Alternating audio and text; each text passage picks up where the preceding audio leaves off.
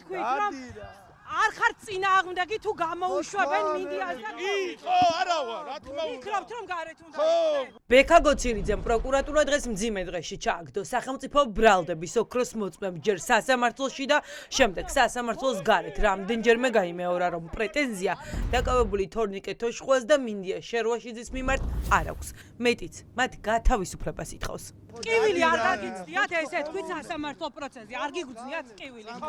ხო, მე რა თქვი, რომ ახალ შეხდნენ ადამიანები სახში ძალიან გამიხარდებათ. გაგიხარდებათ რომ სახში შეხვდნენ, არ ხართ წინააღმდეგი თუ გამოვლენ ეს ადამიანები. მე თქვი, არა ვარ წინააღმდეგი. გაგიხარდებათ თუ გამოვლენ წინიდან, ხო? რა თქმა უნდა. და პრეტენზიაც არ. ტკივილი ვიგრძენი, მაგრამ საგანგაშო არა. ბიჭებს გირაოთი თუ გამოუშვებთ გამიხარდება. ამ სიტყვებით მიმართა დღეს სასამართლოს ქართული ოცნების აქტიურმა მხარდამჭერმა და სისხლის სამართლის საქმის მთავარ დაზარალებულად მოხსენიებულმა პირმა. ჩვენებაში რამდენიმე ეპიზოდია ტკივილის. ხელის მოხვედრით ტკივილის განცდა თავის არეში მუშტის დროს ტკივილის განცდა და დაცემისას. ეს ტკივილი იყო ძლიერი ტკივილი? არა, ეგეთი არ ყოფილა. ტკივილი ვიგრძენი, მაგრამ საგანგაშო არა. ბატონო მოსამართლე, მეც მოვიქნიე, მეც ვჩხუბობდი. ტკივილი ვისი დარტყმისას მიიღეთ? ამის განცდა გქონდათ? მინდიასთან მომივიდა კამათი. პრეტენზია თუ გაქვთ ბრალდებულების მიმართ? არა. მათი პატიმრობაც არ გსურთ? არა. არც შიშის განცდა გექნებათ თუ ისინი გარეთ იქნებიან?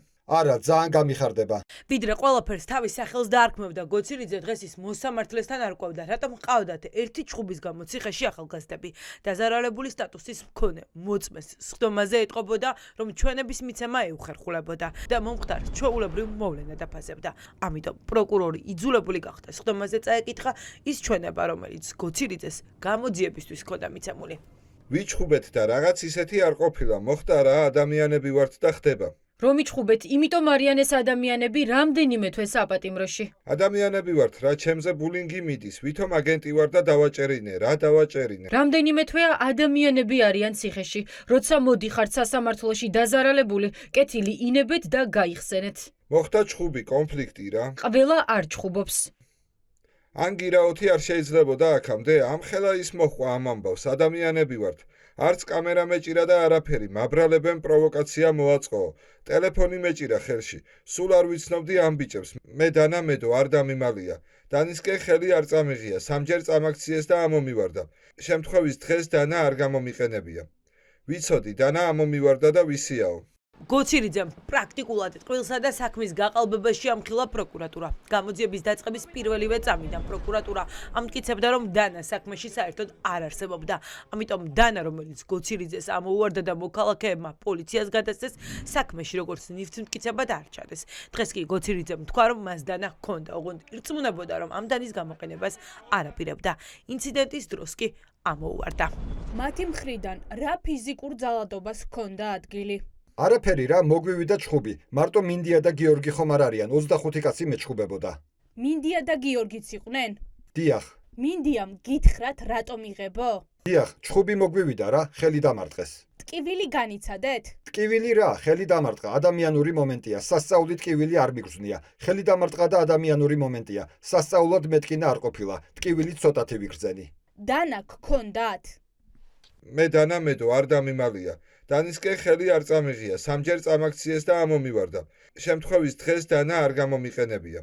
ბექა გოცირიძემ დღეს თავდაყირა დააყენა ბრალდების სისხლის სამართლის საქმე. რადგან საქმეში ახალი გარემოება გამოჩნდა, ადვოკატებმა აქვეთი ღონისძიების შეცვლა მოითხოვეს, თუმცა მოსამართლე ელენე გოგუაძემ რწმუნებად მიიჩნია პროკურატურის პოზიცია. ახალი დანაშაულის ჩადენასთან დაკავშირებით და ბრალდებულები ისევ ციხეში გაუშვა. სასამართლოზე რას ვიტყვი და ჩვეულებრივად ქოცების ფილიალია, ჩვეულებრივად 41 აწერია ყველას შუბლზე.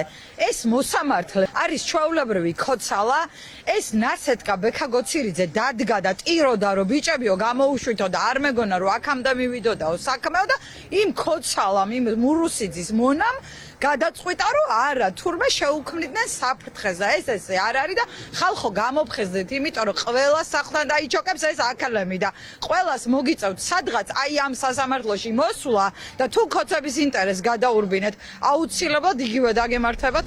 თოშხუა შერვაშიძის საქმის ოქროს მოწმე ბექა გოცირიძე, რომელიც დანით გადაადგილდება მუქარებითა და ძალადობისკენ მოწოდებით გამოირჩევა კახაკალაძის თანამშრომელია. ის თბილისის მერიაშია დასაქმებული და თბილისელების ფულიდან იღებს ანაზღაურებას. დღეს მედიის წარმომადგენლები შევეცადეთ, რომ გოცირიძისთვის კითხვები დაგვესვა. რა შეიცვალა მის განწყობებში? ტკივილი განიცადა თუ არა? ჯდება თუ არა ქართველობაში, ადამიანობაში და კაცობაში ჯერ ჩხუბის პროვოცირება და შემდეგ ამის გამო თავად ჩვენების დაწერა და ახალგაზრდა ადამიანების პატიმრობაში გაშვება. და ვერ ვიდავაჭერი. რატო მიხვედი აქციაზე რატო მოაწყოთ პროვოკაცია დანასთან დაკავშირებით დანა რატო ქონდათ დანასთან დაკავშირებით რა მოხდა დანა რატო ქონდათ კაცი, რომელიც პროვოკაციის მოწყობით გახდა ცნობილი, დღეს დანაზე დასმულ კითხვას არ პასუხობს. პროკურორი კი, რომელიც ბექა გოცირიძეს სიტყვაზე ენდობა, ირწმუნება, რომ დაზარალებულის პოზიცია ბევრს არაფერს ნიშნავს და მაინც ამ ხმაურიან საქმეზე დაკავებულების ბევრი წლით ციხეში გაშვებას აანონსებს. დაზარალებულის პოზიცია პრეტენზიის არქონაზე არ არის ის ახალი გარემოება, რაც წარმოადგენს აღკვეთის ღონისძიების შეცვლის საფუძველს. ხანია პრაქტიკაში შემთხვევა, როცა დაზარალებულს პრეტენზია არ ქონია და აღკვეთის ღონისძიების სახით პატიმრობა კვლავ ძალაში დარჩენია. რომ შეცვლილიყო ესეთი ქონია ბრუნებების გამოკვლევის შემდგომ მოცემულ შემთხვევაში ბრალდების ხარეს მიაჩნია, რომ ამ საქმეზე დადგება გამომტყუნებელი განაჩენი. სინდისის პატიმრების თორნიკე თოშხუას და მინდია შერვაშიძის საქმის განხილვა სასამართლოში 18 იანვარს გაგრძელდება. სავარაუდოდ იანვრის ბოლოს მოსამართლე გოგუაძე ამ საქმეზე ვერდიქტს გამოაცხადებს.